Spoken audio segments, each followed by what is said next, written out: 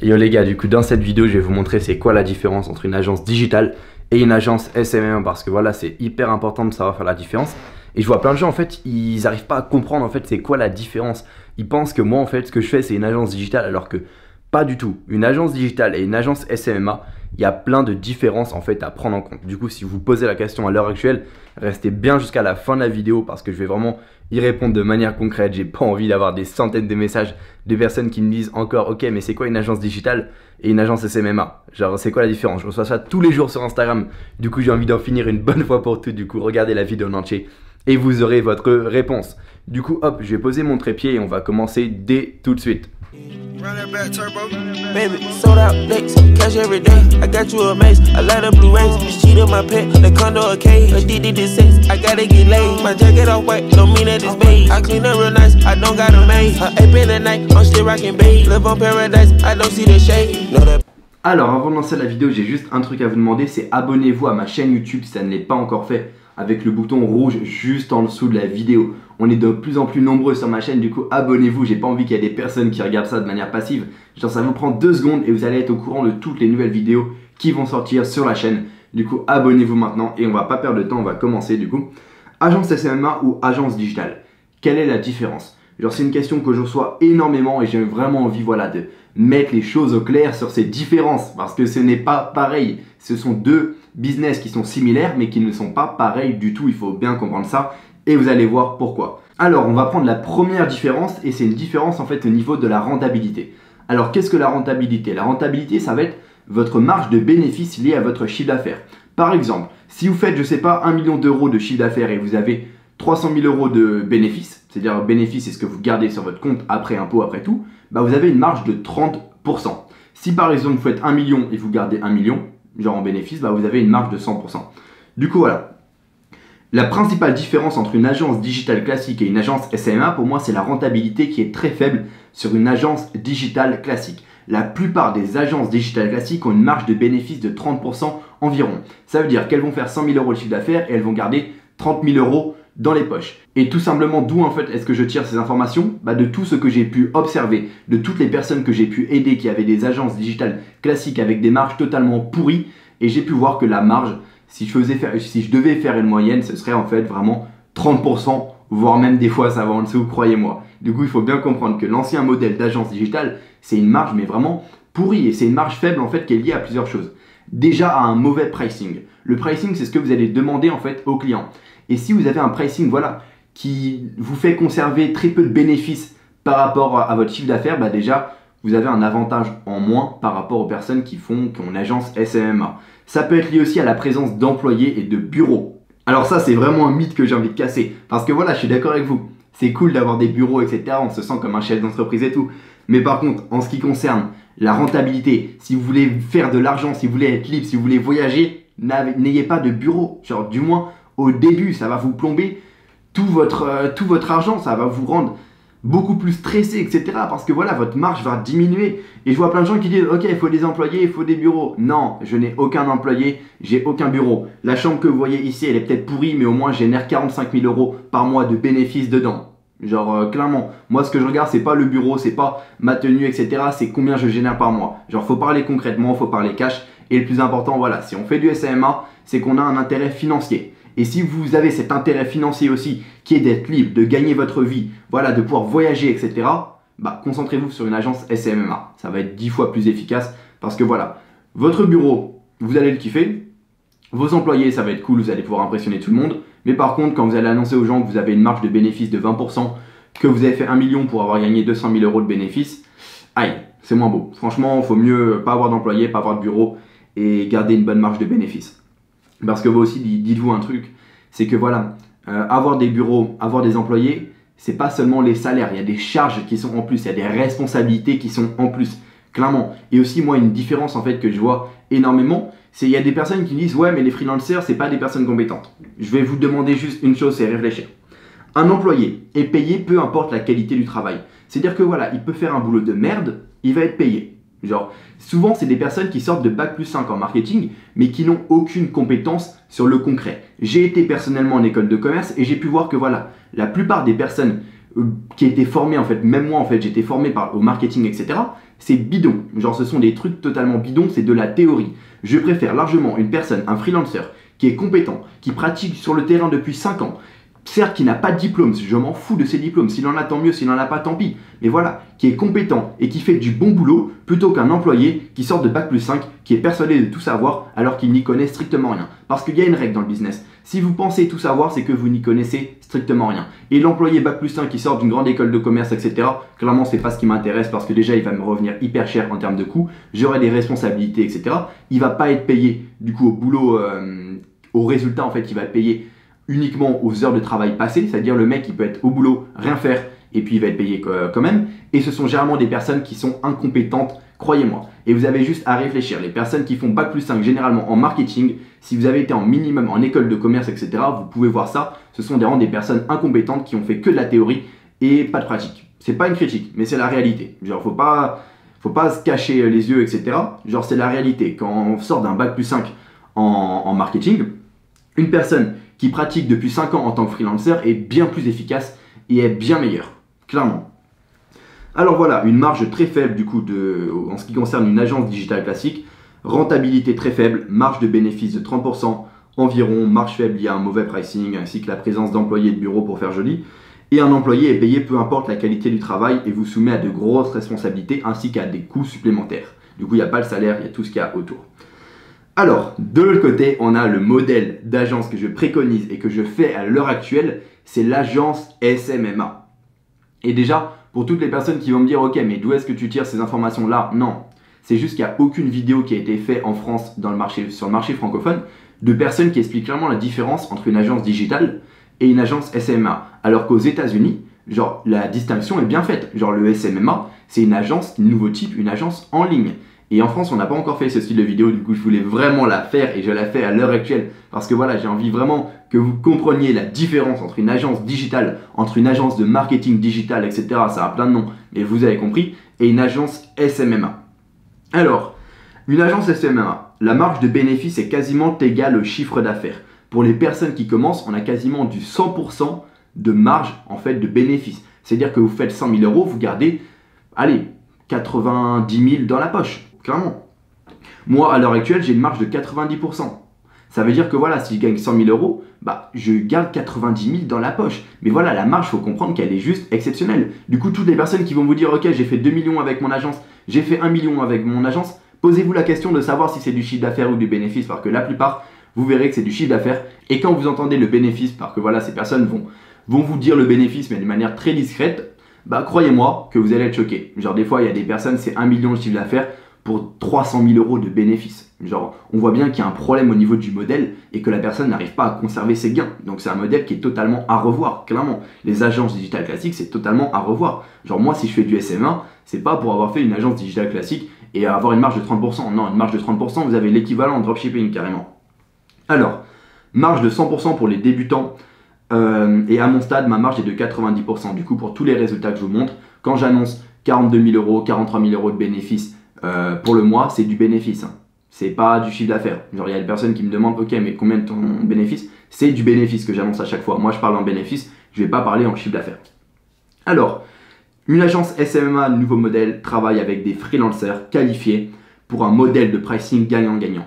Ça veut dire que mes freelancers sont tout simplement rémunérés uniquement s'ils ont fait du bon boulot et qu'ils vont procurer de l'argent. C'est-à-dire que voilà, si le freelancer a fait du mauvais boulot, bah, il n'est pas rémunéré. Et ça, je définis les attentes correctement dès le début, du coup, ça ne pose aucun problème. Et voilà, je suis gagnant-gagnant. C'est-à-dire que si je paye la personne, c'est que j'ai gagné de l'argent grâce à cette personne-là. Et du coup, ça me permet d'avoir clairement aucun coût, vu que les seuls coûts que j'ai, c'est quand j'ai gagné de l'argent, quand j'ai clos un client, etc. Bah, là, je paye le freelancer. Et c'est un modèle de gagnant-gagnant, en fait, qui est vraiment... c'est génial, quoi. Genre, clairement, c'est génial. Ça vous permet, en fait, de monter une équipe dès le début, genre en ayant clairement zéro expérience, et de monter cette équipe-là, en fait, même avec 300 euros sur votre compte en banque. Alors qu'essayer de recruter un employé avec 300 euros sur votre compte en banque, déjà, en fait, le salaire minimum, il est de 1100, plus toutes les charges qui vont avec, bah, croyez-moi, vous allez vous endetter énormément. Du coup, voilà, avec un freelancer, vous pouvez commencer à monter une équipe dès le début, en ayant clairement 0 euros en poche. Genre en ayant clairement 0 euros en poche, parce que voilà, le freelancer sera payé en fait sur le bénéfice qu'il vous a apporté. Et ça, c'est un modèle de pricing qui est juste génial, surtout que la personne est obligée en fait de faire du bon boulot pour être payée. Genre, alors que contrairement à l'employé, il en a rien à foutre de faire du bon boulot. Genre, clairement, il est payé dans tous les cas. Et vous pouvez même pas le virer en plus, c'est ça le truc. C'est que le mec est payé dans tous les cas, qu'il fasse de la merde ou pas, genre il est payé, il faut bien comprendre ça. C'est que voilà, le freelancer, s'il veut être payé, il est obligé de faire du bon boulot. Et il faut comprendre une chose, c'est quand vous donnez une motivation à des gens, croyez-moi, ils sont 10 fois plus efficaces, ça se transforme en des machines de productivité. Du coup, voilà, donner une motivation à des gens. Et c'est exactement ce que je fais du coup avec mon modèle en fait de freelancer. C'est que voilà, les personnes sont payées uniquement quand moi j'ai des résultats. Et du coup, c'est un modèle gagnant-gagnant. Et c'est en fait ce qui se développe en 2019, voilà. Genre les agences digitales classiques à la poubelle. Clairement les gars, c'est pourri. Genre je dirais pas que c'est pourri parce que voilà, je vais pas cracher dessus. Mais on est en 2019, il y a 10 fois mieux. Genre il y a clairement 10 fois mieux. Alors, la personne est donc obligée de faire du bon boulot pour être payée, contrairement à l'employé qui aura son salaire dans tous les cas. Et aussi, une agence SMMA a un modèle de pricing permettant en fait de conserver une marge de bénéfice excellente. C'est-à-dire que voilà, on a un pricing qui est correct et qui permet déjà de mettre le business du coup avec qui on travaille dans le vert, c'est-à-dire lui faire gagner de l'argent et aussi nous éviter voilà, d'avoir une marge de bénéfice pourrie. Par exemple, en fait pour moi, ma marge de bénéfice, comme je vous l'ai dit, elle est de 90%, voire au minimum selon les mois, 85 à 80%, ce qui est totalement raisonnable. Alors du coup, voilà en ce qui concerne la première différence que l'on a vue. Et maintenant, on va passer à la différence numéro 2, genre la différence qui m'a clairement genre, ok, j'ai vu cette différence-là, je me suis dit, faut que je fasse du SMMA et faut que j'oublie en fait ce modèle d'agence digitale classique. Et du coup, cette différence-là, en fait, je vais appeler ça l'automatisation. Alors, l'agence digitale classique et l'agence SMMA, en ce qui concerne l'automatisation, c'est le jour et la nuit. Genre, clairement, c'est le jour et la nuit. On va commencer tout de suite par une agence digitale classique. Alors, une agence digitale classique, qu'est-ce que vous avez ? Vous avez une nécessité de travailler en continu pour continuer à vivre. Ça veut dire que si vous arrêtez de travailler, votre agence s'arrête. Parce que vous n'avez pas créé de système qui vous permette voilà, de trouver des clients en automatique. Vous n'avez pas créé de système qui permette d'apporter des résultats sans en fait que vous ayez à passer 10 heures par jour sur les publicités. Et ça en fait, ça fait que si vous arrêtez de travailler, bah tout simplement en fait, votre agence ne tourne plus. Genre vous ne gagnez plus d'argent. Vous devez être continuellement en fait dans le travail et la recherche voilà, de nouveaux clients, etc. Et ça, c'est un modèle qui m'a pas plu dans le sens, moi, si je fais du business, c'est tout simplement pour être libre. Genre, j'ai pas arrêté mes études pour être prisonnier d'une autre chose. Non, genre, moi, si j'ai arrêté mes études, genre, si j'ai décidé de faire du SMMA, une agence SMA, c'est tout simplement par mon envie de liberté. Et il faut bien comprendre ça. Si vous arrêtez de travailler avec une agence digitale classique, une agence de marketing digital, peu importe comment vous l'appelez, bah, votre agence s'arrête. Et vous aurez un stress constant lié à la marge de bénéfice ultra faible. Parce que voilà, vous aurez vos beaux bureaux, vous aurez votre beau costume pour faire le beau. Mais par contre, en ce qui concerne votre marge de bénéfice, elle est pourrie, vous ne gagnez pas d'argent. C'est que dans le paraître. Et vous aurez tout simplement un stress parce que voilà, vos employés devront être rémunérés tous les mois. Vos bureaux devront être payés tous les mois. Tous les mois, vous regarderez vos bureaux et vous direz, ok, genre ça me coûte 10 000 euros par mois alors que je pourrais genre clairement les éviter. Moi je fais tout clairement depuis ma chambre donc que vous voyez là et je génère bien plus en termes de bénéfices que des agences genre qui ont 10 employés. Il faut bien comprendre ça. C'est que je génère bien plus en termes de bénéfices que des agences qui ont 10 employés. Et moi je parle en termes de bénéfices parce que voilà les gens vont vous dire ok chiffre d'affaires de 2 millions, chiffre d'affaires de 3 millions. Non, moi je parle en bénéfices. Et quand vous calculez bénéfices, je fais bien plus en n'ayant aucun employé, en étant dans ma chambre et en pouvant voyager si je le voulais toute l'année, clairement. Donc voilà, aucune automatisation ou une automatisation très faible. Il y en a, ils vont vous dire c'est un petit peu automatisé, mais voilà. C'est pas automatisé au point en fait de pouvoir partir, genre toute l'année faire le tour du monde pour pouvoir vivre à 6000 km, etc. Non, il y a l'automatisation, généralement, elle est très faible. Certaines personnes, certaines agences arrivent à automatiser un petit peu, mais voilà. Une agence SMA, c'est le modèle qui va vous permettre d'automatiser clairement à 100%. Et si vous pouvez être, si vous vivez à Los Angeles, si vous vivez à Singapour, si vous vivez en Chine, si vous vivez au Groenland, bah ça va rien changer parce que votre business peut être réalisé de partout et c'est vraiment ça en fait qui m'a attiré. Bref, genre c'est un peu la réalité, ça va pas plaire à certains, mais pour moi c'est vraiment une forme de salariat en fait, un retour au salariat mais de manière on va dire moins visible, de manière discrète. Genre je sais que ça va pas plaire à certains cette phrase, mais bon je préfère être cash et être honnête avec vous, je vais pas vous dire ok une agence digitale classique c'est le top, non. Genre c'est une forme en fait de retour au salariat de manière un peu moins visible et aussi vous n'avez pas de liberté géographique. Qu'est-ce que la liberté géographique? La liberté géographique, c'est le fait de pouvoir réaliser votre business peu importe où vous êtes dans le monde. C'est-à-dire que, vous, comme je vous l'ai dit, vous savez, au Groenland, bah, ça tourne exactement pareil que si vous êtes en France. Et avec une agence digitale classique, vous n'avez aucune liberté géographique. Vous devez vous déplacer jusqu'à l'entreprise pour les meetings. Alors certes, ça fonctionne. Genre, je ne vais pas critiquer. Et il y a des personnes qui ont une agence SMMA et qui se déplacent aussi en fait vers des entreprises pour faire des meetings en fait physiques. Mais il faut bien comprendre une chose, vous devez aussi être capable de devoir faire des meetings en ligne. Parce que voilà, si vous voulez être libre, si vous voulez, je sais pas, pouvoir faire le tour du monde, si vous voulez vivre dans des villes à l'étranger, etc., bah, il va falloir adapter votre agence et créer en fait un système qui vous permet en fait de faire des meetings physiques. Et une agence SMMA, en fait, c'est vraiment ça que j'ai développé au cours des derniers mois. C'est que moi, dites-vous une chose, c'est que pour monter mon agence à 10K par mois, j'étais à Malte. C'est-à-dire aucune possibilité de faire des meetings physiques. Et ensuite, j'ai été aux États-Unis pendant 3 mois, voire même 4 mois. Et j'ai monté en fait mon agence aux États-Unis à plus de 25 000 € bénéfices par mois en étant à 10 000 km en fait de la France. Il faut bien comprendre ça. Et la majorité de mes clients sont sur le marché francophone. Et hier, rien qu'hier, j'ai clos un client à 4 500 € par mois en étant en Espagne. Genre clairement. J'ai fait payer le client du coup en une fois pour un programme de 3 mois et j'ai empoché 10 000 € quasiment en une journée. Genre il faut bien comprendre ça.